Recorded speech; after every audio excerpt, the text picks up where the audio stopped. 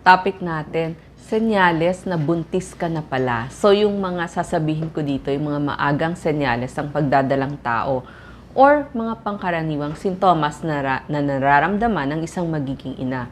Number 1, kapag nakipagtalik at hindi dumating ang regla, missed period, kailangan na tayong magpa-pregnancy test. Lalo na kung excited ka magkaroon ng baby o kaya naman natatakot ka, baka hindi ka datnan.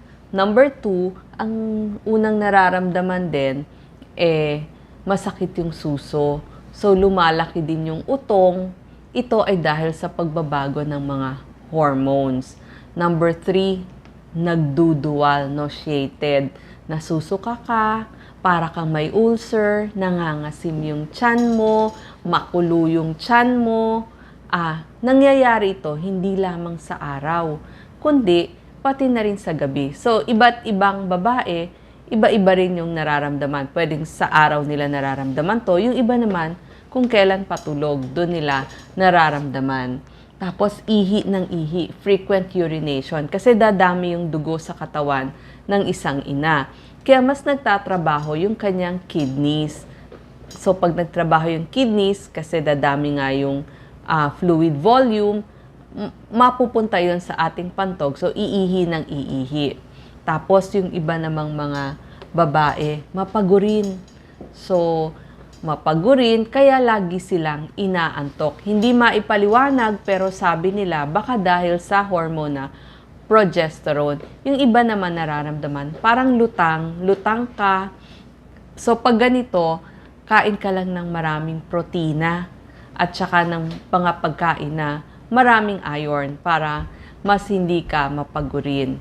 Tapos, emosyonal lagi, mood swings, dahil bigla din yung pagdami ng hormone. So, makikita mo, mabilis silang umiyak. So, madamdamin sila, mas emosyonal sila. Yan, kaya mas umiiyak sila. Kasi nga, halo-halo yung nangyayari na mga pangyayari, yung mga hormones na dumadating. Tapos napapansin nila, mas matapang yung kanilang pang-amoy. And sometimes, hindi nila gusto yung naaamoy nila. Yung iba makalanghap lang ng pinipiritong isda, nasusuka na. So, increased yung sensitivity at kadalasan, hindi nila gusto. Ako noon, ayaw ko makaamoy ng isang klase ng sabon. Hindi ko na sasabihin kung anong brand. Pero pag talagang naamoy ko yun, parang gusto mong masuka. Pansamantala lang naman ho yun. Babalik din sa dati, mawawala din yun. Yung iba pa, so few days, kailan ba ito nagsisimulang maramdaman? Yung iba, 10 days after mag-meet yung egg cell tsaka yung sperm cell, nakakaramdam na sila ng mga ganitong sintomas. Yung iba, kung yung iba antukin, yung iba naman hindi makatulog. Tapos parang laging mas mainit. Pero yung iba, medyo late na nila mararamdaman. 2 weeks after nung pag-meet nung egg at saka nung sperm cell. Yung iba, nagdo-darken din dun sa may bandang utong nila. Tapos parang kung meron na sila mga dating sakit, parang bakit mas malala yung naging sakit nila. May tinatawag din na light spotting or implantation bleeding. Ito yung kasi nagdikit na nga yung sperm cell at saka yung egg cell. So, magta-travel na yon bilang isang cell na, nagdikit na sila, isang cell na. So, pupunta na yun sa bahay bata. So, pagdikit niya dun sa bahay bata, doon nagkakaroon ng parang light spotting. So, lalabas dun sa puwerta. Kaya, sign yon na dumikit na yung cell doon sa bahay bata. Yung iba, sobrang sakit ng ulo, tapos hilong-hilo, yun nga, parang lutang. Yung iba, hindi rin madumi ng maayos. Actually, yung iba, buong pagdadalang tao nila, medyo matigas yung kanilang naging dumi. Constipated, ika nga. So, mas kailangan mo ng mas maraming tubig, mas maraming prutas, at saka gulay. Yung iba parang ngalay dito sa likod. So, nagkakaroon din ng mga low back pain. Tapos, laging mahangin ng tiyan. So, mas gusto mo laging nauutot ka. Yun yung mga pangkaraniwan. Tapos, yung iba, may tinatawag na lihi, food cravings. So, may mga pagkain na gustong-gusto mong kainin, paulit-ulit, ibig nga sabihin, pinaglilihihan. Pero yung iba naman, wala naman talagang favorite na food. Nagkataon lang, may mga gustong kainin nung panahon na naglilihi. Yun ang tawag doon. Pero yung iba, sasabihin nila, parang naging metal yung panlasa nila. Pero pansamantala lang naman yon, hindi tatagal. Yung iba naman, nagkakaroon ng maraming tigyawat dito sa panga. So, nagkakaroon ng acne kasi nga maraming hormones. Tapos, yung iba parang may sipon, laging may sipon sila, akala mo nag-allergy. At pwedeng dahil sa iba naman, nagda-dry yung nose nila, pwedeng mag-nosebleed. So, senyales din yun. Ito, bloated to kasi maraming hangin. So, maraming discomfort na mararamdaman. Mapawisin, parang ang init-init kasi tataas nga yung temperature mo. So, pawis ka ng pawis.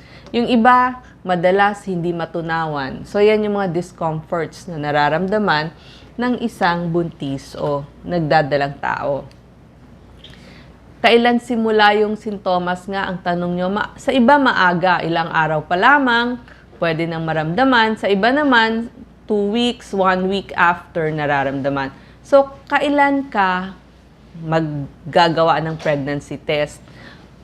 Pag na-miss mo na yung period mo or mga 10 days after nung pagtatalik, medyo kinakabahan ka na, pwede ka na rin mag-test. Ang tawag doon, pregnancy test, tumpak ito kung tama ang paggawa mo nitong iyong pregnancy test. May tinatawag kasi na HCG, Human Chorionic Gonadotropin.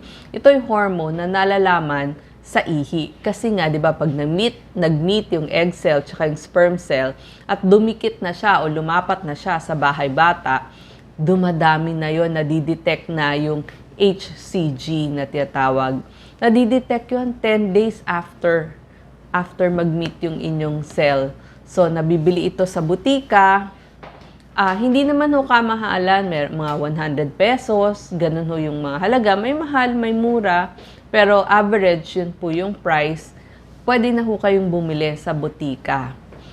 Eto, kailan maganda gawin ang pregnancy test? Maganda ho sa morning kasi pag umaga, concentrated pa yung ihi natin. So, ganun din yung HCG.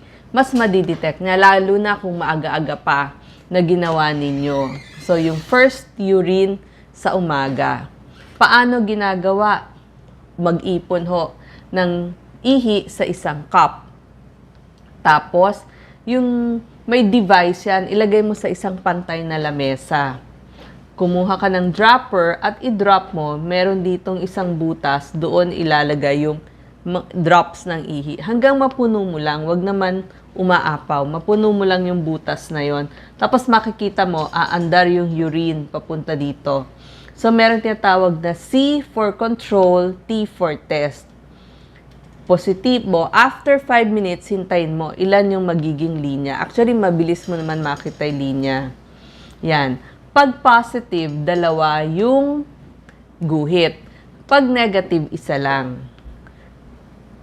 Eto. So, ganun din ang ginawa after 5 minutes. Pag pregnant, 2 linya. Pag negative, yung control lang yung may linya. Yung test, wala. Pag mali ang pagkakagawa nyo, ang lilinya dun sa may test, hindi dun sa may control. So, ulit na naman ho kayo. So, titignan nyo rin yung expire date nung binili ninyo na pregnancy kit. Kapag nalaman nyo na positive, so makita nyo positive, ibig sabihin pregnant. Negative, hindi kayo pregnant.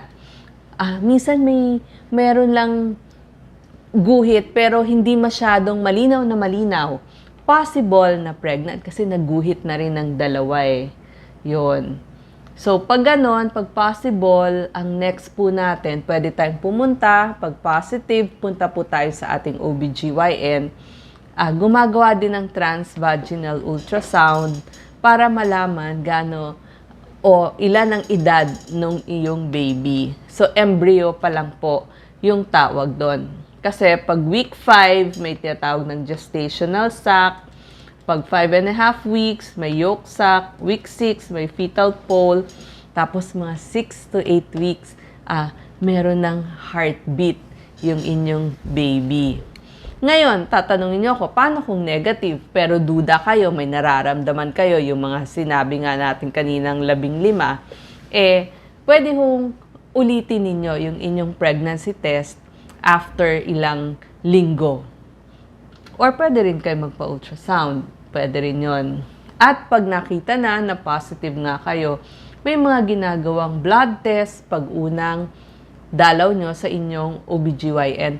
Ang sinasabi ko, mas maagang dumalaw, magpa-prenatal, mas maigi kasi bibigyan na kayo ng mga multivitamins at iron at folic acid para yung baby ninyo hindi magka-problema dun sa kanyang neural tube at saka in general. So, may prenatal visit na kayo para makita yung health status nung nanay, merong mga screening, meron ding screening sa blood pressure at saka sa sugar. So, yun po yung mga ginagawa. So, sana magkaroon tayo ng safe na pagbubuntis hanggang maipanganak ang baby. Maraming salamat po.